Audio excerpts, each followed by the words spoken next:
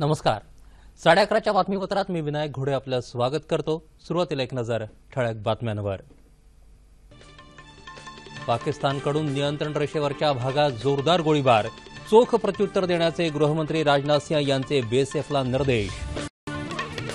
जैश ए मोहम्मद या दहशतवादी संघटनेच्या 2 दहशतवाद्यांना बारामुल्लामध्ये अटक. राज्यातल्या आगामी नगरपालिका निवडणुका भाजपा शिवसेना एकत्र लढवणार. शेतीपूरक धोरण राबवून शेतमालाला हमीभाव मिळायला हवा, शरद पवार यांचं प्रतिपादन.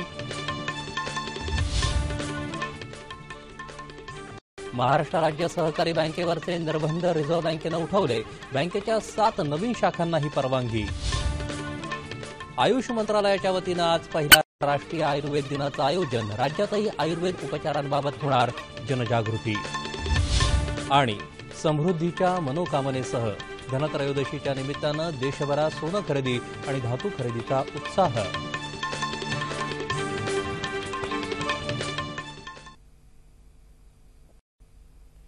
नमस्कार. आता बातम्या विस्तारानं पाहूयात. पाकिस्ताननं पुन्हा एकदा नियंत्रण रेषेवरच्या भागांमध्ये जोरदार गोळीबार केला असून यामध्ये भारतीय चौक्यांना लक्ष्य करण्यात आलं. कथुआ, आरेसपुरा, कृष्णा आणि मेंढक या क्षेत्रांमध्ये पाकिस्ताननं गोळीबार केला. या गोळीबाराला चोख प्रत्युत्तर देण्याचे निर्देश केंद्रीय गृहमंत्री राजनाथ सिंह यांनी सुरक्षा दलांना दिले आहेत. या गोळीबारामध्ये काही जवान जखमी झाल्याचंही वृत्त आहे. या जवानांना हवाई मार्गानं रुग्णालयात दाखल केलं आहे. दरम्यान राष्ट्रीय सुरक्षा सल्लागार अजित डोवाल यांनी सीमा सुरक्षा दलाच्या महासंचालकांशी चर्चा केली. लष्कर प्रमुख दलबीर सिंग सुहाग यांनी संरक्षण मंत्री मनोहर पर्रिकर आणि अजित डोवाल यांना या घडामोडींची माहिती दिली. सर्व सीमावर्ती भागात अतिदक्षतेचा इशारा देण्यात आला आहे. तंगधार भागात पाकिस्तानकडून होणारा घुसखोरीचा प्रयत्न सुरक्षा दलांनी उधळला. या मोहिमेत लष्कराचा एक जवान शहीद झाला.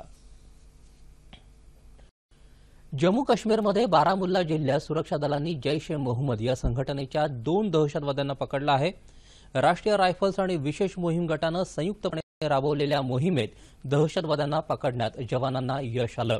पकडलेल्या दहशतवाद्यांकडून AK-47 रायफल्स, पिस्तूल, ग्रेनेड लॉन्चर आणि UVGC अशी शस्त्रसामग्री जप्त केली आहे.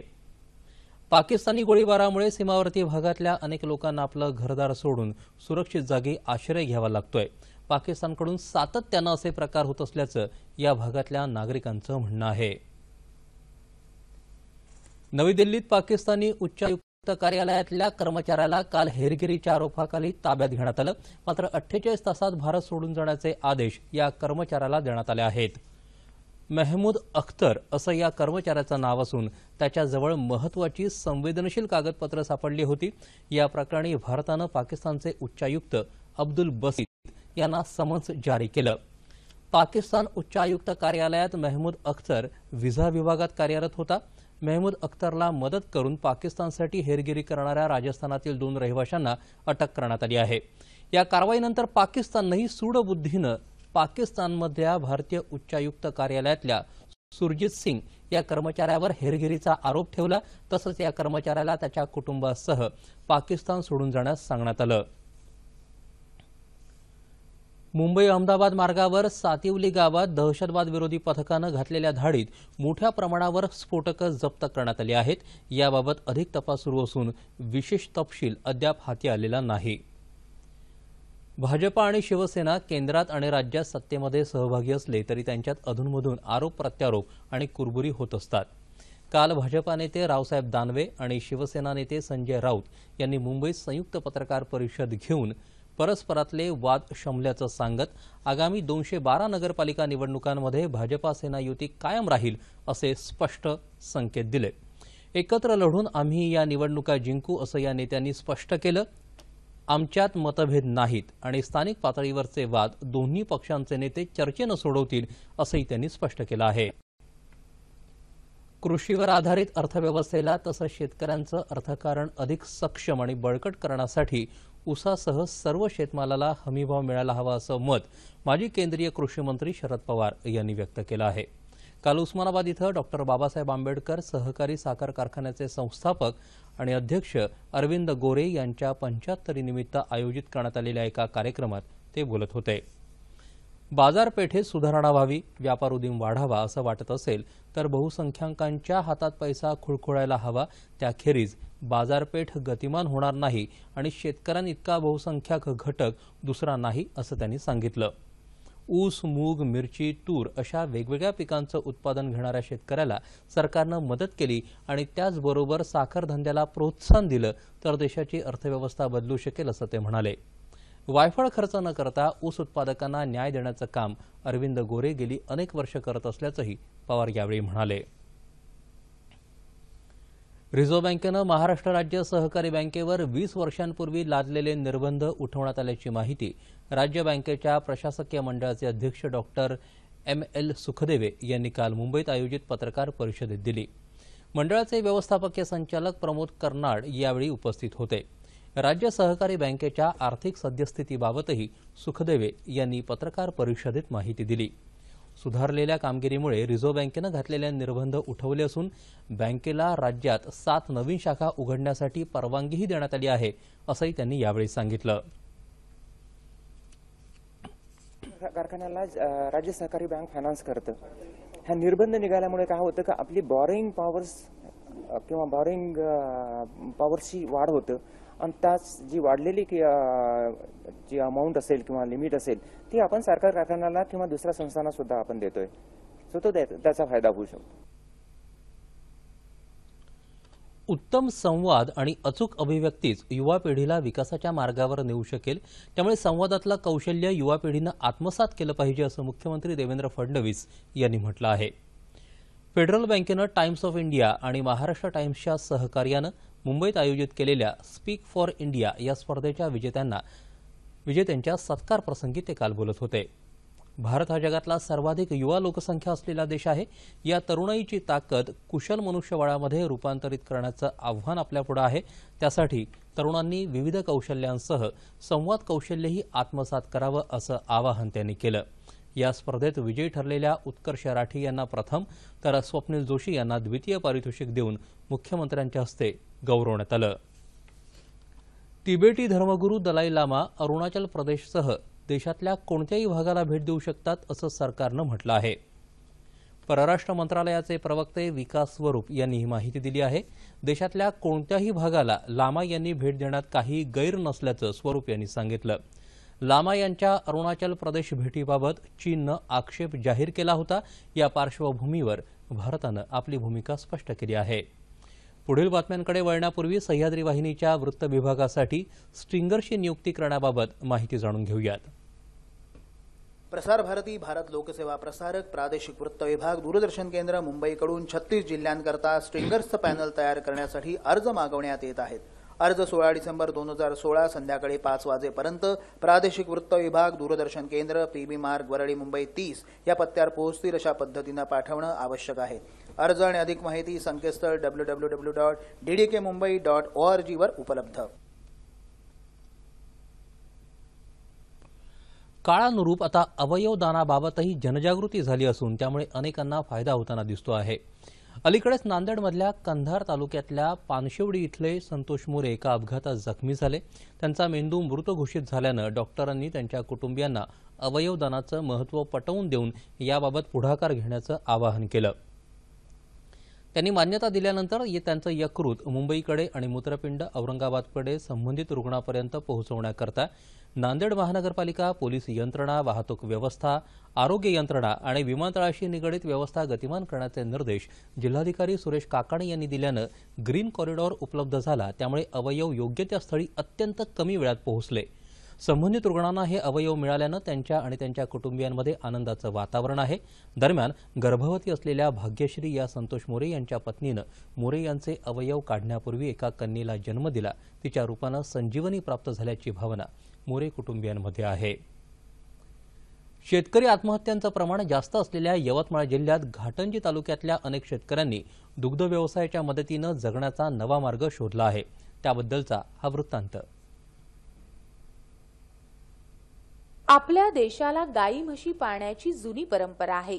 आज वाढती लोकसंख्या आणि दुग्धजन्य पदार्थांची वाढती मागणी पाहता या दुग्ध व्यवसाय क्षेत्रात मोठी संधी उपलब्ध आहे। यवतमाळ जिल्ह्यातील काही कर्तृत्ववान शेतकरी म्हैस पालन करून जिल्ह्याला असलेली दुधाची गरज पूर्ण करत आहेत। जास्त दूध देणाऱ्या जाफराबादी म्हशी कृषी विभागाने शेतकऱ्यांना वितरित केल्या आहेत। घाटंजी तालुक्यात आता दुधाचं उत्पादन वाढल्याचं एक सुखद चित्र दिसत आहे। घाटंजीचे तालुका कृषी अधिकारी राजेंद्र माळोदे यांनी जाफराबादी म्हशींच्या पालन पोषणाबाबत शेतकऱ्यांना प्रशिक्षण देऊन दूध व्यवसाय करायला प्रेरित केलं।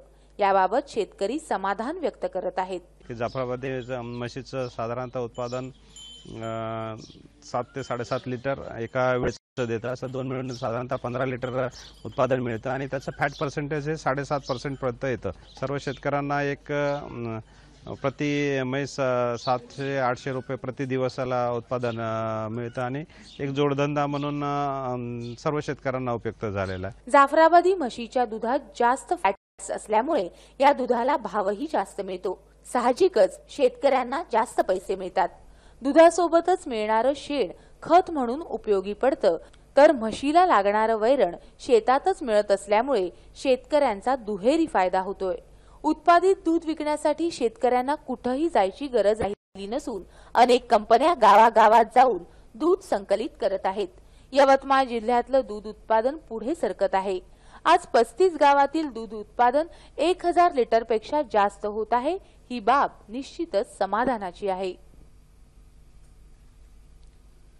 आज धन्वंतरी जयंतीनिमित्त राष्ट्रीय आयुर्वेद दिन साजरा केला जाणार आहे। मधुमेह नियंत्रण आणि प्रतिबंधासाठी आयुर्वेद असं यंदाच्या आयुर्वेद दिनाचं घोषवाक्य आहे। यानिमित्त आज नवी दिल्लीत आयोजित कार्यक्रमात आयुष मंत्रालयाच्या वतीनं तयार करण्यात आलेल्या मिशन मधुमेह या आयुर्वेदिक उपचार प्रणालीचा प्रारंभ करून ती देशभरात लागू केली जाणार आहे। राज्य शासन आणि आयुष संचालनालयातर्फे मोफत आरोग्य तपासणी शिबिरं, व्याख्यानं तसंच जनजागृतीपर कार्यक्रम राबवण्यात येणार आहेत।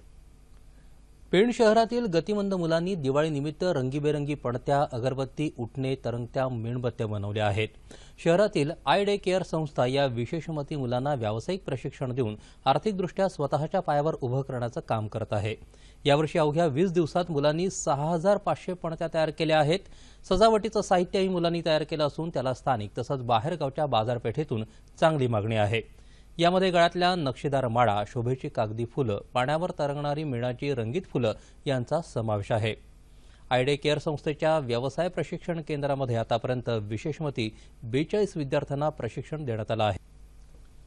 आज धनत्रयोदशी। अश्विन वद्य त्रयोदशीच्या या दिवशी समुद्रमंथन होऊन समुद्रातून धन्वंतरी आणि लक्ष्मी यांच्यासह एकूण 14 रत्न बाहेर आल्याची पौराणिक कथा आहे। त्यामुळे आजचा दिवस धन्वंतरी आणि लक्ष्मी यांचा जन्मदिवस मानला जातो। देवांचे वैद्यराज असणाऱ्या धन्वंतरीची या दिवशी पूजा केल्यानं अपमृत्यू टळतो अशी श्रद्धा असल्यानं घरोघरी धने, गुळ यांचा नैवेद्य दाखवून धन्वंतरी पूजन केलं जातं। भारतात आयुर्वेदाची परंपरा असल्यानं वैद्यक व्यवसायातही या दिवसाचं महत्त्व मोठं आहे। धनधान्य समृद्धीसाठी या दिवशी लक्ष्मीचं पूजन करण्याचीही देशाच्या काही भागात परंपरा आहे। उत्तर भारतात धनत्रयोदशीचा औचित्य साधून धातू खरेदी केली जाते, तसंच अनेक ठिकाणी सोने खरेदीचाही उत्साह दिसून येतो। आरोग्य आणि धनधान्य संपदा देणाऱ्या धनत्रयोदशी निमित्त पंतप्रधान नरेंद्र मोदी यांनी देशवासियांना शुभेच्छा दिल्या आहेत। लातूरमध्ये नांदेडच्या स्वामी रामानंद तीर्थ मराठवाडा विद्यापीठ आणि लातूरच्या दयानंद विज्ञान महाविद्यालयाच्या वतीनं आयोजित करण्यात आलेल्या पश्चिम विभागीय आंतरविद्यापीठ बॅडमिंटन स्पर्धेचा काल समारोप झाला। या स्पर्धेत नागपूरच्या राष्ट्रसंत तुकडोजी महाराज विद्यापीठानं मुलींच्या गटात पहिला तर मुलांच्या गटात जयपूरच्या राजस्थान विद्यापीठानं प्रथम क्रमांक पटकावला। गेले 4 दिवस लातूरमध्ये झालेल्या या बॅडमिंटन स्पर्धेत महाराष्ट्रासह राजस्थान, मध्य प्रदेश, गुजरात आणि गोवा या 5 राज्यातल्या 50 विद्यापीठातले 600 खेळाडू सहभागी झाले होते। या स्पर्धेत उपांत्य फेरीत पात्र ठरलेले संघ हे हरियाणातल्या रोहतक इथं होणाऱ्या अखिल भारतीय आंतरविद्यापीठ स्पर्धेत सहभागी होणार आहेत। आता जाणून घेऊयात हवामानाची स्थिती।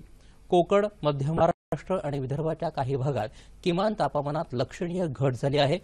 राज्यात सर्वात जास्त तापमान अकोला इथं 33.8 अंश सेल्सिअस तर सर्वात कमी तापमान महाबळेश्वर इथं 14.8 अंश सेल्सिअस इतकं नोंदलं गेलं। येत्या 24 तासात संपूर्ण राज्यातलं हवामान कोरडं राहील अशी शक्यता हवामान विभागानं वर्तवली आहे। आता पाहूया ठळक बातम्या पुन्हा एकदा. पाकिस्तानकडून नियंत्रण रेषेवरच्या भागात जोरदार गोळीबार, चोख प्रत्युत्तर देण्याचे गृहमंत्री राजनाथ सिंह यांचे बीएसएफला निर्देश. जैश ए मोहम्मद या दहशतवादी संघटनेच्या 2 दहशतवाद्यांना बारामुल्लामध्ये अटक. राज्यातल्या आगामी नगरपालिका निवडणुका भाजपा शिवसेना एकत्र लढवणार.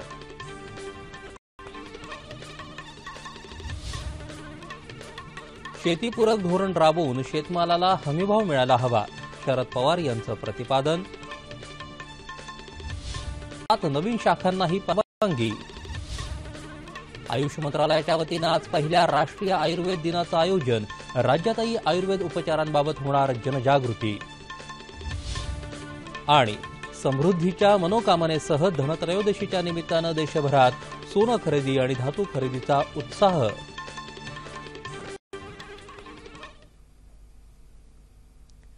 याबरोबरच हे बातमीपत्र संपलं. पुन्हा भेटूया दुपारी 2:30 वाजता आपल्या सह्याद्री वाहिनीवर. नमस्कार.